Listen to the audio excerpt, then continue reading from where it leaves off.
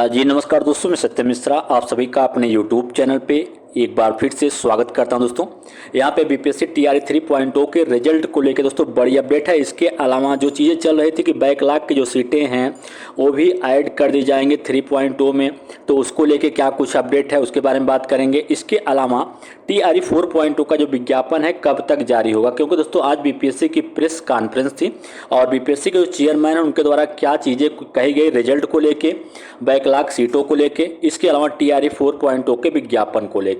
तो चलिए भैया, सबसे पहले मैं आपको यहाँ पे जो बात करेंगे सबसे पहले रिजल्ट का, क्योंकि रिजल्ट को आप सभी को बेसब्री से इंतजार है रिजल्ट का कि रिजल्ट कब जारी होगा। तो यहाँ पे बता दें कि टीआरई 3 के रिजल्ट के बारे में पूछा गया तो उनके द्वारा एक जवाब दिया गया। कहा गया कि जीएडी से रोस्टर मिलने के 15 दिनों के भीतर हम रिजल्ट जारी करेंगे।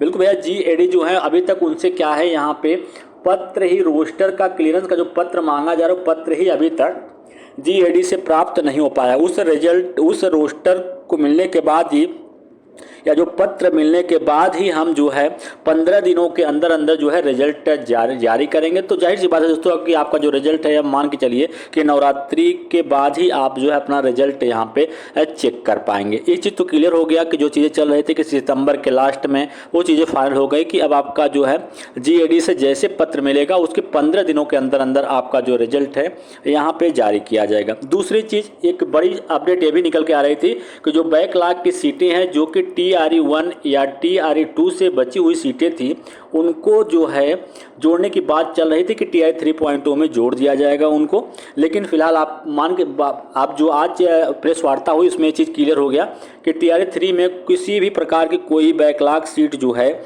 वो ऐड नहीं होगी। किसी प्रकार का कोई परिवर्तन जो है इसमें यहाँ पे नहीं होने वाला है भैया। टीआरई 1 या टीआरई 2 के सीटों को लेकर पहले भी अपडेट आ चुकी थी। इसमें जो भी बताया गया है कि जो भी वैकेंसी आपकी है यानी 87,774 पदों पर ही आपका जो रिजल्ट है वो जारी किया जाएगा। और आरक्षण की बात थी तो आरक्षण पे कहा गया कि 50% आरक्षण के अकॉर्डिंग ही आपका जो रिजल्ट है यहाँ पे जारी किया जाएगा।